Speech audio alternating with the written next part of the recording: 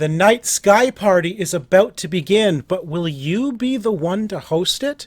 Find out in Bunny Party at Maple Valley, and here to talk more about it is the creator, Evan Gibbs. Evan, welcome to Kicking Tables. Thanks so much for joining us. Oh, thanks so much for having me. It's great to have you here, but this is all about you. This is all about your game. So why don't you jump in and tell us what is Bunny Party at Maple Valley? Okay, Bunny Party at Maple Valley is a card game for 3 to 4 bunnies. So you play as a bunny trying to host the night sky party. It's takes place in a village where all these cute critters live, and there's a party going on that's really important to the bunnies of Maple Valley, and all of them want to host it. So it's a party where you decorate your house with either stars or moons, and if you have the most, you host the party, and the player to your left or right also gets to host with you depending on if you collected stars or moons. So you might want to get your neighbor to win with a certain decoration so that you can win also. Right. So it's really taking literally the host with the most, and you're making a game out of it. That's right. That's exactly it. So where did you come up with the idea for this? What was your inspiration for this, and sort of like the idea? Where did it come from? That's a really good question. I started with the mechanics. I wanted to make a game where 2 players won. That was actually the basis of it. Okay. And I tried a couple different ideas to do that. And, sometimes I didn't know whether that was going to actually be kind of like the main driving thing about it. And then when I tried like a set collection idea with it, it worked really well because players, like, I tested a whole bunch of little prototypes, and this one seemed to make it so that people wanted to trade with each other, and then there was like a social aspect of like, I want you to work with me, and then you give them something, and then they go, oh, thanks for that, I'm going to trade to my other neighbor, and it caused these fun little social interactions. So that's what made it kind of fun. But I started with just I want 2 players to win. And then the theme kind of grew out of the mechanics in a sense. Well, how did you find that theme then? How did you find this night sky party and the whole lore behind this? I think it started with, I gave the cards kind of random names, and there's neighbors that you get in the game that come join you. And originally they were just pictures of little animals, and one of the cards that like let everyone draw a card, I named it Potluck, just because that it just seemed like that was flavorful. And then I think that was the first one that made it go like, oh, it's like a community and a neighborhood of animals. I mean, I love animals, and my wife does the art, and we work a lot with like animal art and stuff, so like it probably was always going to be animals or something cute. Right. But then those two kind of melded together of like a neighborhood. And I don't know where the night sky party, the stars and moons, and kind of like celebrating space, that I don't know. That just came out of nowhere. But, okay. Well, sometimes it just comes to you, right? Like things like that. It's like, hey, let's do this, and it's like, that's great. Let's just do it. I think.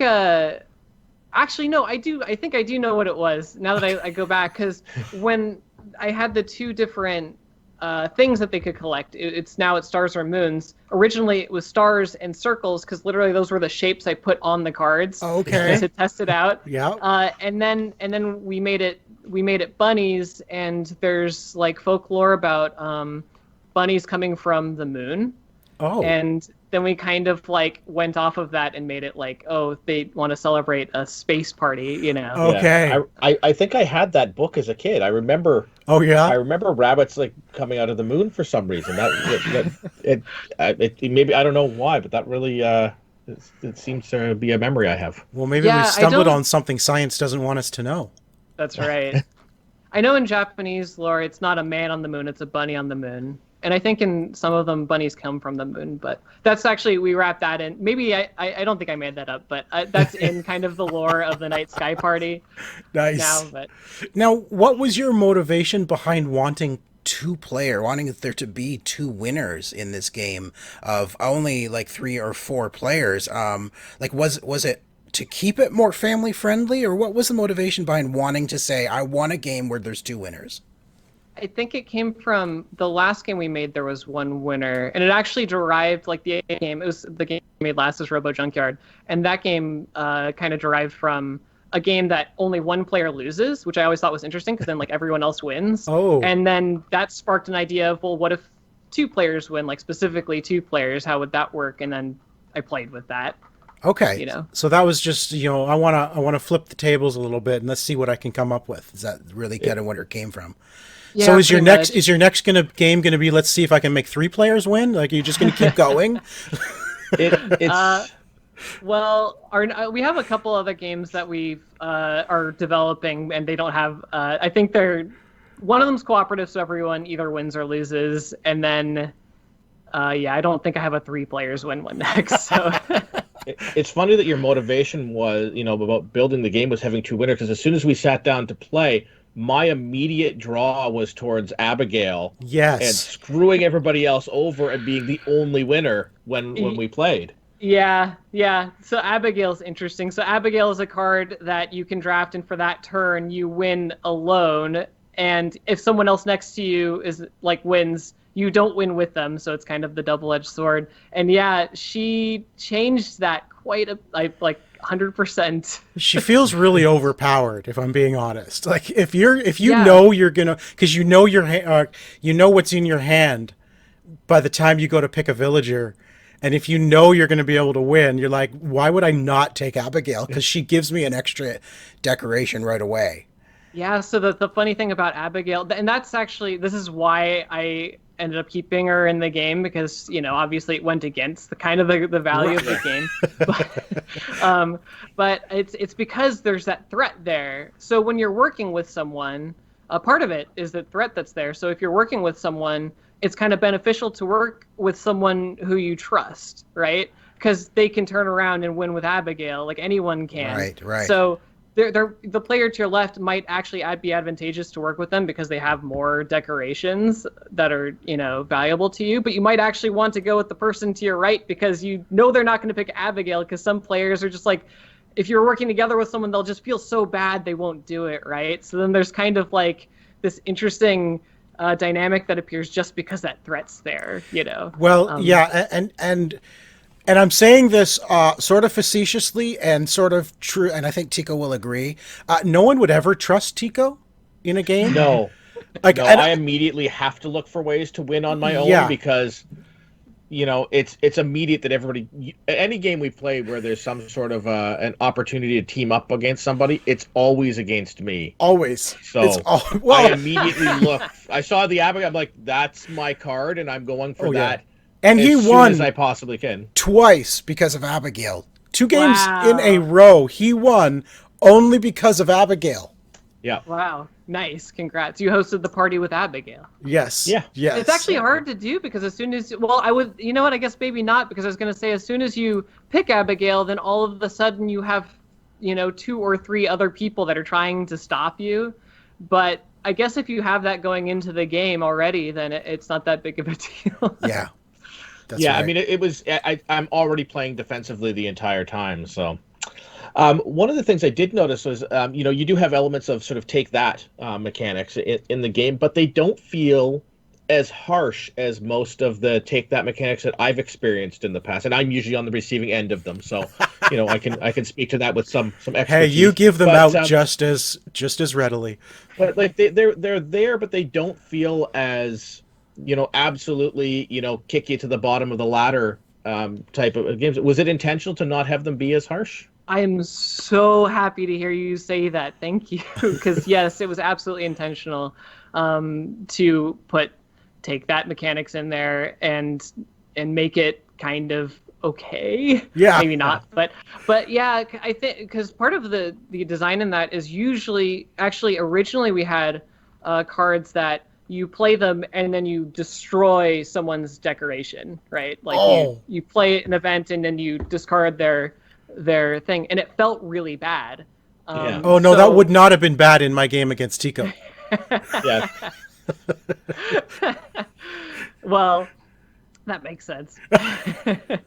So Add a mean bunny mechanic. but you can still give dues to take that stuff, right? So Yeah. the idea was you is in this game you have to play all the cards that are in your hand. So the way you do it is you kind of sneak a bad item in their hand, like an ugly family heirloom that makes it so you have one less of a decoration. And you have to play it, and your house is a little more ugly to host the party.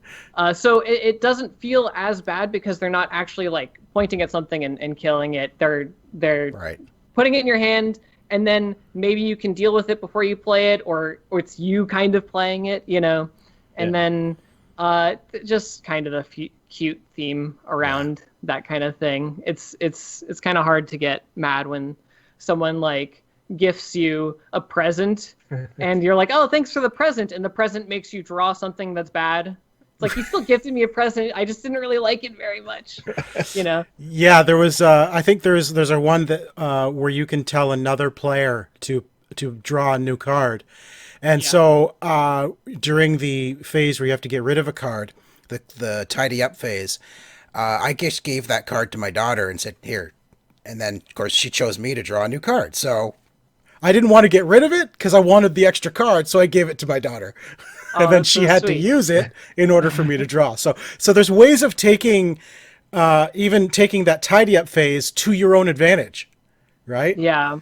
Instead of trying to mess up someone else, you can actually not get rid of the card, but still use it and still use the power of it. It's kind of like tidying up your house when you find something that someone else will legitimately like. It's still a nice thing, you know. And then still allow you to come over and enjoy it.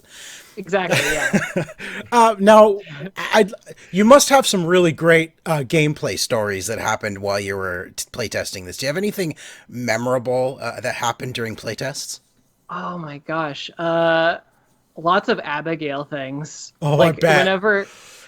Whenever someone takes Abigail, it's so funny because people go like, I trusted you, you're going to start the party with Abigail. And then literally the person that they were working with is the person that stops them from winning or doesn't even like stop the person with the Abigail from winning. They help the other person so that they tie with the person with the Abigail. So it goes another turn. So now it's like you're helping a different person. And there's a lot of fun table talk around that stuff. A lot of stuff with gifting, like someone gifted, so there's these decorations in the game, and there's an item called star defect and a moon defect, and that kind of goes along the lines of like not so bad take that stuff, because you give them a star defect and then they have to discard at the end of the turn before the party starts. They have to discard one of their stars, but then it has in the picture, it has a little coupon on it, or a receipt on it. And so they get to draw a card after they discard the thing. But there's one really fun table talk conversation where someone was like, I gift you this star decoration. And they go, this thing doesn't work, it's defective. And then they're like, I thought it worked, I don't know, you know. Just adding stories to the actual card itself. That's great. And then the person that discarded their star drew a star off of it, and they go, "Oh, it did work. I figured it out. It works. It's fine." You know. That's great. Yeah. Now, what about any development struggles you had with the game? What did you find the most difficult thing to balance and to make work? One of the difficult things was making it work with 3 players. Okay. It works really well with 4. And I would say it works really well with 3, but it's kind of a different game with 3. It's kind of faster and more fun and snappy, I think. And there's the social aspect is there, but it's a little different because there's one person you're definitely working with, right? In a sense. No, well, yes, actually that's true because we played 3 players, myself, my daughter, and Tico. And Tico, we knew, would always just work for himself because we knew he had the Abigail angle. So Aria and I tended to try to work together against him. Gotcha, yeah. Yeah, Abigail still makes it like a very social thing, I think. So that's good. Well, it's nice because it does give that person who is in a situation like that, who's being left out of an alliance, it gives that person an option to still win the game without having to worry about other people. If you are being sort of like left out when there's 3 people, 2 people can be in an alliance. That's it. Listen, yeah, it Tico, definitely works. You're not being left out. You're just working on your own. You're a lone wolf, Tico. You're working with Yeah, Abigail. That's exactly. right. That's right. A fictional card character, but still. Listen, that's why I take what I can when it comes to friends. So, what can you tell us about any future plans for it? Do you have any stretch goals for your Kickstarter that you can tease for us? Any expansion plans? So we do have a stretch goal. So the game comes with a travel guide, which is 100% fluff. It has just some little spots in the town that you can visit, like a little description and a newspaper clipping and stuff. It's just 4 pages right now. It's really small, and the stretch goal is to just make it bigger for more pages. Nice. Yeah, we definitely wanted to keep it separate from the rule book. Just be like, this is a nice little extra thing you get. And so if we reach our stretch goal, we want to make it bigger. Now, you also have something I'd like you to talk about in regards to your residents, the villagers that, here's the little travel guide you're talking about. So Yeah. you're looking to make that bigger. That's great. But you do have some residents in here that don't have names. Do you Right. want to talk about why you've done that? Yeah, so that's actually something that stemmed from the last Kickstarter we did. We had robots that didn't have names, and we had the backers name them, and that went really well, and we got a lot of really good names out of it. So we had a lot of characters in this game. We have 8, so we kept 3 of them nameless. So we plan on having all backers at all tier levels. So even if you pledge just $1, you'll get surveys Okay. about naming the characters. So we'll plan on narrowing it down to probably about 4 names per character, and each week the Kickstarter is running for 3 weeks. So and there's 3 characters to name. So each week we'll be sending out a survey to everyone that backs it to help name the characters. That's great. So everyone can get on this. This is not just a tier to allow you to name a character. This is everyone's going to vote on character names. Yep. So everyone Yep, can yep. get in on the action. That's awesome. That's really great. That is cool. I love the Kickstarters that allow people to get involved in the game, no matter what tier level you choose. You know, and that's always fun to throw in your vote and then like wait to see who wins and like, yes, the one I want is there, you know. Oh yeah, last time there was definitely some bitter people because they really wanted that name, but maybe we can fit those names into future things too. So, but it's a ton of fun to do it with everyone. That's like awesome. it's just fun. So that's yeah. So the Kickstarter is starting on January. It's not February yet. It's January 19th is the Kickstarter start. You just said it's going to run for 3 weeks. What will happen if somebody comes and finds this game after the Kickstarter's done? What are your plans post-Kickstarter? Will you be selling it online? Yeah, so we're gonna have the pledge manager after the Kickstarter, assuming that it's successful. All right. Right. We'll have a pledge manager that you can buy the game after before we actually do the print run and all that. And then there'll be a lapse of time where we're getting it manufactured, and then we'll probably have it for sale on our website after that. We have a web store on our website with just the last game on it, so Okay. we'll And put that it is on there. and that is evansgames.com. That's right. I love the name of it because my last name is Evans, so I approve. So that's awesome. Evans But Unite. that's right. See, again, I'm left out. I'm gonna need to hang out with Abigail again. Evan, it has been such a pleasure talking to you. Good luck on the campaign. We really enjoyed playing the game, and our preview is going to be online. If it's not already, just keep an eye out on the page for it on our channel here. But Evan, thank you so much for joining us. It's been great talking to you, and good luck with the campaign. Thank you so much. I really appreciate it also. This has been really fun. Very welcome. Hey everybody, thanks for watching. Please go check out Bunny Party at Maple Valley on Kickstarter. If you back it, that's awesome. Or if you just want to check out the cool, cute bunnies, that's cool too. And subscribe to OMG Nexus right down below.